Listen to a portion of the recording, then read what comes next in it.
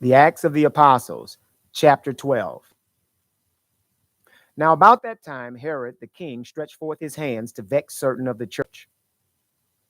And he killed James, the brother of John, with the sword. And because he saw it pleased the Jews, he proceeded further to take Peter also.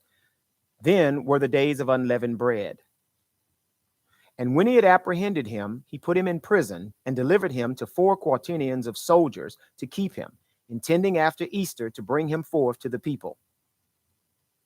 Peter therefore was kept in prison, but prayer was made without ceasing of the church unto God for him.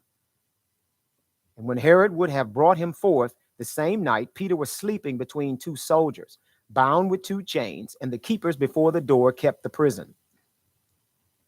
And behold, the angel of the Lord came upon him, and a light shined in the prison. And he smote Peter on the side and raised him up, saying, Arise up quickly. And his chains fell off from his hands. And the angel said unto him, Gird thyself and bind on thy sandals. And he did. And he saith unto him, Cast thy garment about thee, and follow me.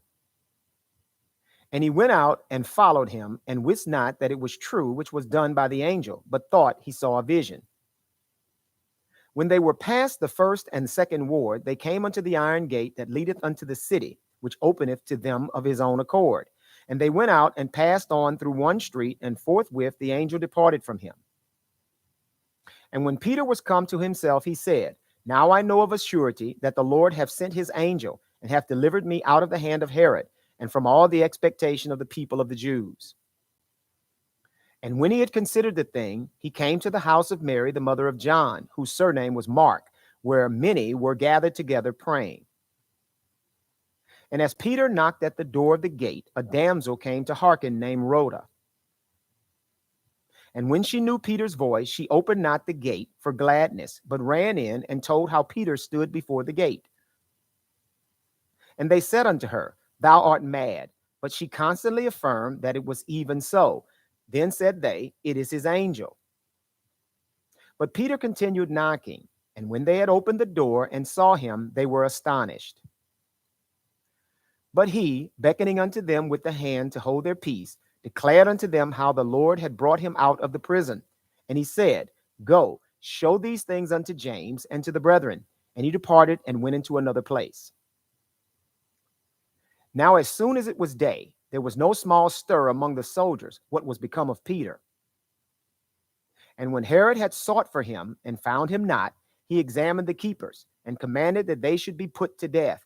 And he went down from Judaea to Caesarea, and there abode. And Herod was highly displeased with them of Tyre and Sidon, but they came with one accord to him, and having made Blastus the king's chamberlain their friend, desired peace, because their country was nourished by the king's country. And upon a set day, Herod, arrayed in royal apparel, sat upon his throne and made an oration unto them. And the people gave a shout, saying, It is the voice of a God, and not of a man. And immediately the angel of the Lord smote him, because he gave not God the glory, and he was eaten of worms, and gave up the ghost. But the word of God grew and multiplied. And Barnabas and Saul returned from Jerusalem when they had fulfilled their ministry, and took with them John, whose surname was Mark.